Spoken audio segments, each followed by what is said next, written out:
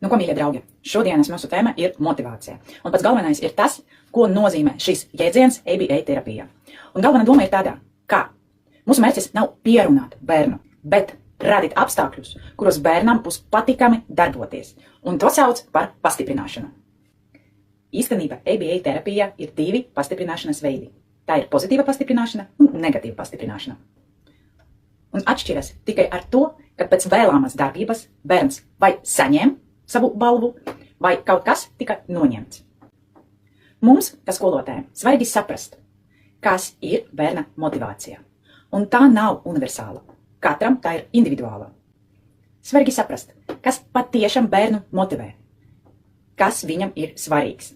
Piemēram, ja bērns uz doto brīdi negrib dzert, tad ūdens viņam nebūs motivācija.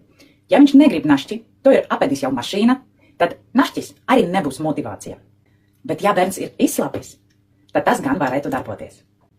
Ļoti svarīgi pastiprinājumu iedot uzreiz pēc pareizas darbības. Un otra galvenā doma, ka lēnām pastiprinātais tiek mazināts. Ja no sākuma mēs dodam pastiprinājumu pēc katras pareizas darbības, tad pēc tam tas darbības varētu būt veiktas 2, 3, 5 reizes. Ja jūs gribat dzirdēt par biežākām kļūdām, tad par tām es pastāstīšu vēlāk.